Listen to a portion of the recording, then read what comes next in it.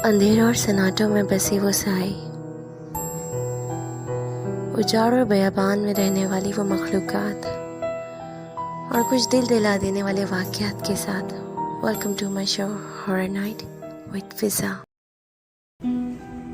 उस शहर में अभी उसे मूव हुए कुछ अरसा ही हुआ था। उस जैसी एक एक्सट्रोवर्ट सी लड़की एक अनजान शहर में एक अनजान अपार्टमेंट में रह रही थी। तन्हा जिंदगी गुजार रही थी। बात करने के लिए कोई दोस्त नहीं था। पड़ोसी भी कुछ उखड़े उखड़े से रहते थे। आफ्टर ऑल अभी आए हुए कुछ अरसा ही हुआ था। इस नए शहर में दिल लगाना बहुत मुश्किल था।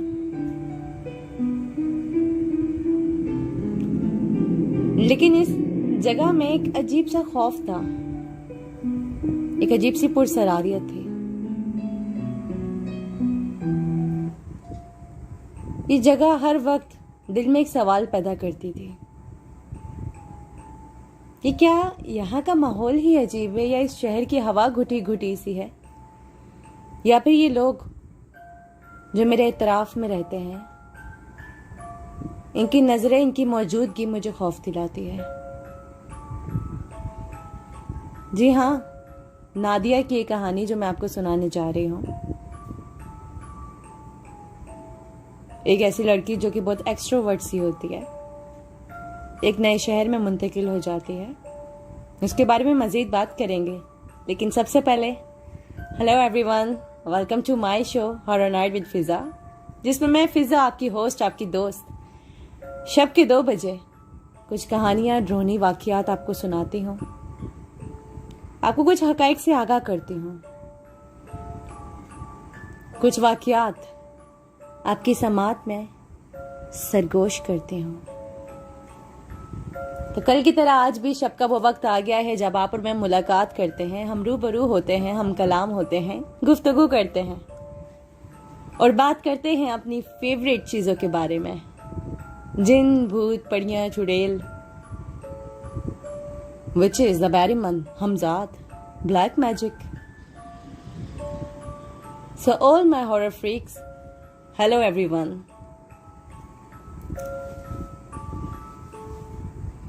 वो तमाम लोग जो शब के इस वक्त मुझे सुन रहे हैं, अपना वक्त निकाल रहे, अपने वक्त की अपनी सबसे कीमती चीज मुझे दे रहे हैं, ठीक है। यू नो, टाइम सबसे कीमती चीज है। हर चीज का कोई मोल है, टाइम का कोई मोल ही नहीं है, बेमोल है और सबसे कीमती है। तो शब के इस वक्त मेरे पास आने के लिए, 2 बजे मुझसे मुलाकात करने के लिए, अपना वक्त देने के लिए आप सबका बहुत शुक्रिया। स्टोरी की तरफ बढ़ने से पहले आपके कमेंट शामिल कर लूं। हुस्बन खान कहते हैं hello gorgeous, I am Pennywise the dancing clown. Star Libra कहते हैं अस्सलाम वालेकुम फिजा मैम। वालेकुम अस्सलाम मैम। वो लाइंस भी बोला करें ना आप, मेरे शब की थके हुए सितारों इस शब के थके हुए शहसवारों, मेरी हसीन शब के झिलमिलाते तारों। हॉरर नाइट विद फिजा में वेलकम।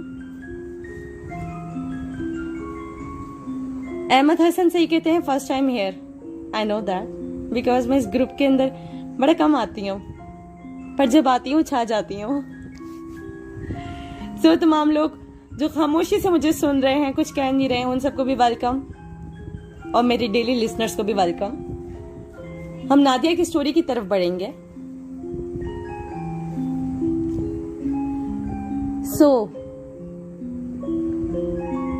नादिया एक स्टूडेंट थी MBBS की।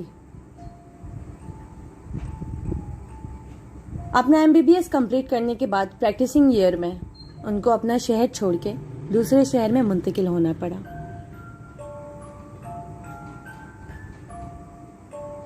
अपने रौनकों वाले शहर को छोड़ के एक नए शहर में जाना कुछ अजीब तो था, लेकिन जाहिर सी बात है,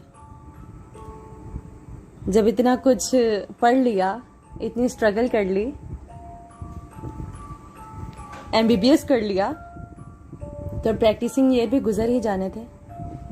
जाना भी मजबूरी थी, डॉक्टर बनना था, सबकी सेवा करनी थी। तो अपने शहर से मुंतकिल हुई ये लड़की नादिया, जो कि बहुत एक्सट्रोवर्ट थी, बहुत दोस्तों के साथ हर वक्त रहती थी, बहुत बातें करती थी। खामोश ही नहीं होती थी, डॉक्टर थी और चुप ही नहीं होती थी।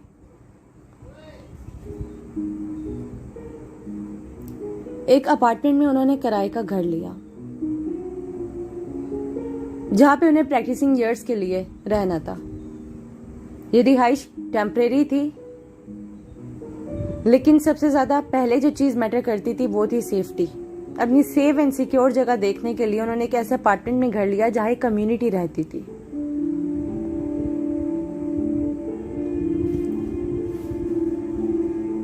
नादिया अपने होम जॉब में, होम ड्यूटी में बहुत ज्यादा बिजी रहती थी। कभी कभार हॉस्पिटल में 24-24 घंटे रहना पड़ता था। तो कभी ही ऐसा होता था कि वो घर पे आती थी और अपने घर में सुकून से सो पाती थी, क्योंकि जाहिर सी बात है, हम सब जानते हैं डॉक्टर बनना कोई आसान बात नहीं है।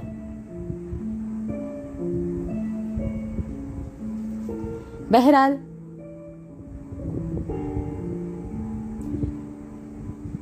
अभी नादिया को यहाँ पे मुंतकिल हुए कुछ अरसा ही हुआ था। नादिया ने सोचा क्यों ना अड़ोस पड़ोस के लोगों से थोड़ी दोस्ती की जाए। वो अक्सर जिस दिन फारिग होती थी कोई बेहतरीन सी डिश बना के अपने नेबर्स को देने चली जाती थी। वो बहुत कोशिश कर रही थी कि वो उनसे कम्युनिकेट कर पाए, वहां दोस्तियां बना पाए, लेकिन वहां के नेबर्स कुछ उखड़े उखड़े रहते थे। उस जगह के माहौल में एक अजीब सी घुटन थी। वहां का एनवायरनमेंट बहुत डिप्रेसिंग था। हत्या कि नादिया इतना दुश्वार होने लगी कि वो अपना ज्यादातर टाइम अपनी ड्यूटी में ही गुजारती थी। अगर उसका ऑफ भी हो जाता था तो वो कोशिश करती थी किसी ना किसी तरीके से वो वक्त भी वो हॉस्पिटल में ही गुजारते। घर हालांकि ऐसी जगह होती है जहां हम काम से थक हार के आते हैं और सुकून हासिल करते हैं, लेकिन इस लड़की का तो अपने घर में दिल नहीं लगता था। वहां की तन्हाई उसे डसती थी, दीवारें काटने को दौड़ती थी। लोगों के रूड बिहेवियर चुभते थे, तकलीफ देते थे। घर की बहुत याद आती थी।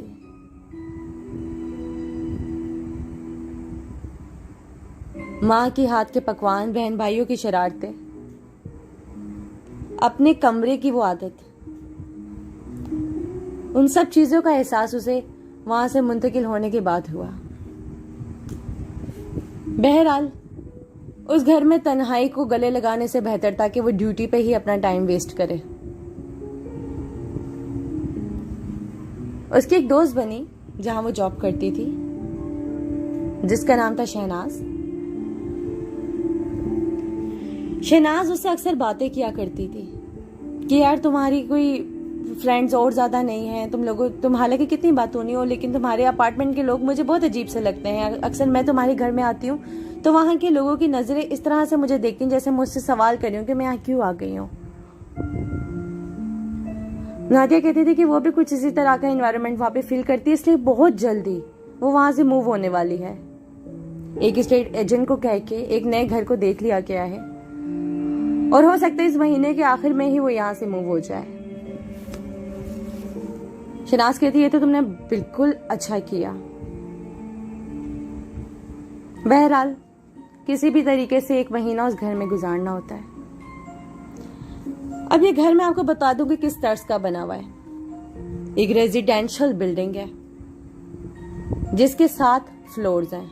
8वें फ्लोर पे छत है, नीचे एक वॉचमैन है, चौकीदार का कमरा है, पार्किंग है, एक लिफ्ट लगी हुई है, एक कार्गो लिफ्ट लगी हुई है। बिल्डिंग में बहुत सारी फैमिलीज रहती हैं। इसलिए क्योंकि बहुत सारी फैमिलीज हैं तो ये तो बहुत सेफ एंड सिक्योर है। नादिया जिस फ्लोर पे रहती है वो है 6वां फ्लोर, 6th फ्लोर। शिफ्ट होने से कुछ दिन पहले की बात होती है। नादिया अपने रूम में लेटी हुई सो रही होती है तो उसे कुछ आवाजें आती हैं। वो इन आवाजों का मुआयना करती है तो ये आवाजें वेंटिलेटर से आ रही होती हैं। नादिया वेंटिलेटर के पास जाकर उन आवाजों को गौर से सुनती है। तो ये ऐसी आवाज होती है जैसे बहुत सारे लोग मिलके हम आवाज होके कोई विर्द कर रहे हो, कोई चैंटिंग कर रहे हो।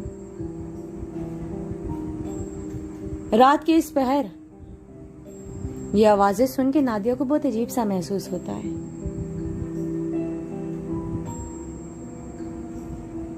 लेकिन आउट ऑफ क्यूरियोसिटी नादिया सोचती है कि वो इसके बारे में जान के ही रहेगी। एटलीस्ट यहाँ से जाने से पहले इस राज को तो फाश करेगी कि 7वें फ्लोर पे ये कैसी आवाजें आती हैं। अगले दिन नादिया उन आवाजों का जिक्र वॉचमैन से करती है। उनसे पूछती है कि मेरे ऊपर वाले फ्लोर से वेंटिलेटर से मुझे कुछ ऐसी आवाजें आती हैं जैसे बहुत सारे लोग लातीनी जबान में कोई विर्द कर रहे हों। उसकी इस बात को वॉचमैन टाल देता है और कहता है कि नादिया मैम, आप इस बारे में ना ही जिक्र करें तो बेहतर है, बल्कि आपके लिए बहुत अच्छा होगा कि आप जल्द से जल्द यहाँ से शिफ्ट हो जाएं। वॉचमैन की बात नादिया को और ज्यादा परेशान कर देती है। फिर इसी तरह अगला हफ्ता आता है और फिर उन्हीं आवाजों की गूंज उसके कान में पड़ती है। ये चैंटिंग वॉइसेस। नादिया नोटिस करती है कि यह आवाजें वेडनेसडे की रात को आती है। अपने दोस्त शहनाज को फोन करती है और कहती है, शहनाज तुम यहाँ पे आ जाओ, हम लोग मिल के पता तो लगाएं कि यहाँ पे होता क्या है। शहनाज उसकी दोस्त कहती है, हाँ यार, अब तो मुझे भी क्यूरियोसिटी हो रही है, मैं अभी थोड़ी देर में आती हूँ। और वादे के मुताबिक शहनाज थोड़ी देर के बाद उसके घर पे मौजूद होती है। ये दोनों वेंटिलेटर के पास कान लगा के उन आवाजों को गौर से सुन रहे होते हैं। बहुत सारे लोगों की मिल के लातीनी जबान में विर्द करने की आवाजें आ रही होती हैं। ये दोनों लड़कियां घर से निकलती हैं, सीढ़ियों की जानिब जाती हैं और 7th फ्लोर का रुख करती हैं। आज से पहले नादिया कभी भी 7th फ्लोर पे नहीं गई थी। अपनी दोस्त के हमरा 7th फ्लोर पे जब नादिया जाती है तो वहां पे देखती है कि एक बड़ा सा हॉल है और उसके तमाम नेबर्स जो कि उसकी बिल्डिंग में रहते हैं, काफी सारे लोग एक जगह एक अजीब से गाउन में सर से सर जोड़े ऐसे खड़े होते जैसे यहाँ कोई महफिल हो रही हो। जब नादिया मजीद झांकने की कोशिश करती है तो वो सब आपस में हाथ पकड़ के कोई विर्द कर रहे होते और उनके सामने एक सियाह रंग का मुजस्मा होता है। ये सियाह रंग का मुजस्मा, जिसकी शक्ल शैतानी खुदुखाल से काफी ज्यादा मिलती जुलती होती है, ये सब लोग उसकी वर्शिप कर रहे होते हैं, उसकी इबादत कर रहे होते हैं।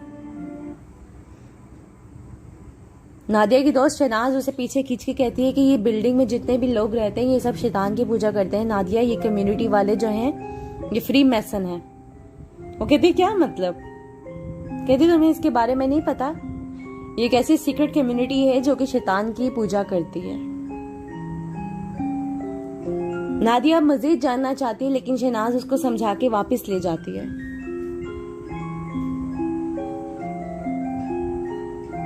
जैसे ही वो वापस नीचे अपने फ्लोर पे आते हैं तो उन्हें चीखों की आवाज सुनाई देती है। नादिया कहती है, शहनाज कुछ तो गलत हो रहा है, ये कैसी चीखों की आवाज है? जैसे कोई किसी को मार रहा हो, जैसे कोई बहुत तकलीफ में करा रहा हो। शहनाज कहती है, नहीं, हम वापस नहीं जाएंगे, हमारी जान को खतरा है।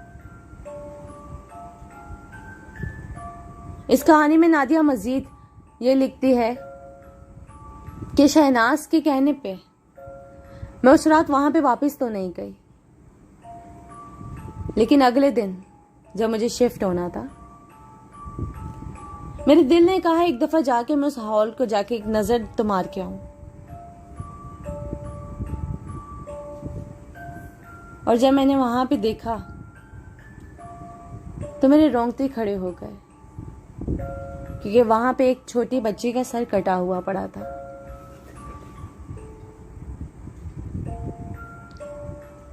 वो न जाने किस किस्म की पूजा करते थे जिसमें वो कितने अरसे से कितने सालों से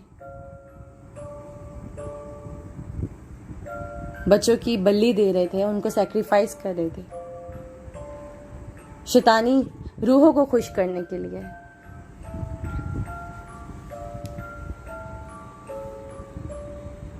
नादिया जल्द से जल्द वहां से शिफ्ट हो गई और उस बिल्डिंग के बारे में पुलिस को बताया। वहां पे काफी अरसे तक पुलिस इन्वेस्टिगेशन चलती रही और काफी सारे लोगों का एक ग्रुप पकड़ा गया। एविडेंस मिले कि वहां पे और भी काफी सारे बच्चों को मारा गया है।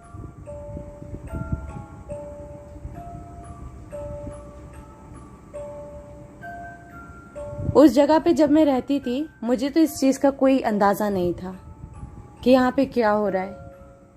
वहां के घुटे हुए इन्वायरमेंट में मुझे महसूस तो होता था कि बहुत सारी चीजें मुझे कुछ बताने की कोशिश कर रही हैं, लेकिन आज जब मैं अपनी जिंदगी के उस पीरियड के बारे में सोचती हूँ तो मेरी रूह काम चाहती है।